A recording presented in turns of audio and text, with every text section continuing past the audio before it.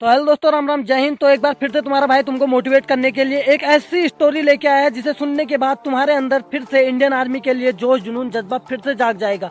तो आज की इस कहानी में दो वीर योद्धा, दो फौजी भाइयों की एक ऐसी अनोखी कहानी मैं आप लोगों को बताने जा रहा हूँ जिसे सुन के आप लोगों के दिलो दिमाग में फिर से इंडियन आर्मी के लिए ढेर सारा प्यार उभर जाएगा। तो आज की इस वीडियो में मैं आप लोगों को बताने वाला हूँ दो हिंदुस्तान के दो फौजी सिपाही एक बार एक आतंकवादी को मारने के लिए रेगिस्तान में इतने अंदर तक चले जाते हैं और अंततः उसे रेगिस्तान में ढेर कर देते हैं उस आतंकवादी को। और उस आतंकवादी को मारने के बाद जब दोनों फौजी भाई वापस हिंदुस्तान की ओर आ रहे होते हैं तो रेगिस्तान में बहुत तेज रेत का जो तूफान होता है वो बहुत तेजी से वहां पे चल जाता है। तो रेत का जो तूफान बहुत तेजी से चलता है तो दोनों हिंदुस्तानी फौजी जो भाई होते हैं हमारे, वो रेगिस्तान में जैसे घर की ओर वापसी आ रहे होते हैं तो उनमें से एक फौजी भाई के पांव के नीचे माइन आ जाता है।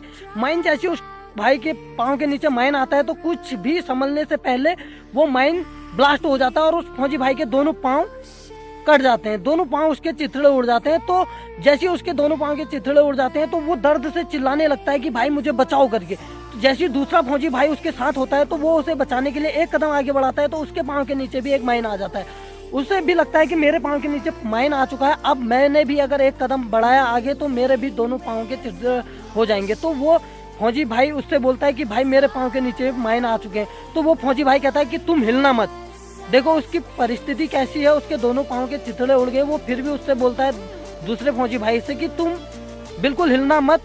और वो दर्द में कराते हुए अपने आप को खुद ही गोली मार देता है। जिसके पहले माइन में जिसके दोनों पांव फट जाते हैं वो खुद को गोली मार देता है और उससे कहता है कि तू मुझे बचाने मत आना क्योंकि तेरे पांव के नीचे भी माइन आ गया है।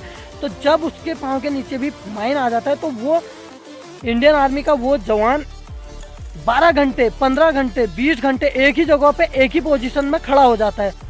तो काफी देर होने के बाद जहां पर उसको बचाव दल को भी आने में काफी टाइम लग जाता है, पुराने समय की कहानी है। तो जब बहुत टाइम लग जाता है तो उसके बाद 20 घंटा 40 घंटा, जब वो 40 घंटे तक वहां पर एक ही जगह पे खड़ा रहता है एक ही सिचुएशन में, तो वहां से बहुत देर में भूखा प्यासा, ना पानी, सब चीज खत्म। रेगिस्तान की धूप, तुमको लोगों को पता है ठंड कितनी होती है, तुम लोगों को पता ही है कि कितना ठंड होता है। रेत जितनी रात को ठंड होती है दिन में उतनी ही ज्यादा गर्म हो जाती है रेत। तो उस सिचुएशन में वो बंदा 40 घंटे तक एक ही जगह में एक ही सिचुएशन में खड़ा रहा। और खड़ा रहने के बाद वहां पर एक राहगीर आया जो अपनी भेड़ बकरियों को लेकर जा रहा था। तो उसने उस फौजी भाई ने उससे मदद मांगी, उससे बोला कि भाई मेरे पाँव के नीचे माइन है, कुछ करो। तो उसने बोला कि आपके पाँव के नीचे कोई भी माइन नहीं है, आप जहाँ पर हो सुरक्षित हो, कोई माइन नहीं है, आप अपने कदम आगे बढ़ाओ। तो उस फौजी भाई को हल्का सा डर लगता है क्योंकि उसके सामने उतना बड़ा कांड हो चुका है, तो वो अपना पाँव आगे नहीं बढ़ाता है और मदद मांगता है उस राहगीर से। लेकिन वो राहगीर कहता है कि आपके पाँव के नीचे बम नहीं है और वो आगे को चला जाता है। राहगीर जब आगे चला जाता है तो 53 घंटे बीत जाने के बाद वो फौजी थका हारा हिम्मत करके एक कदम आगे बढ़ाता है। जैसे आगे बढ़ाता है तो माइन फटता नहीं है। जब माइन नहीं फटता है तो वो फौजी भाई क्या करता है, उस जगह को खोदता है। जैसे खोदता है तो उसमें से निकलता है एक टीन का डब्बा। तो सोचो उस फौजी भाई ने कितना ज्यादा एक ही जगह पे स्ट्रगल किया। जब वो बंदा एक ही जगह पे इतना ज्यादा स्ट्रगल कर सकता है तो हम लोग ग्राउंड में 4 चक्कर मारने के लिए स्ट्रगल क्यों नहीं कर सकते हैं?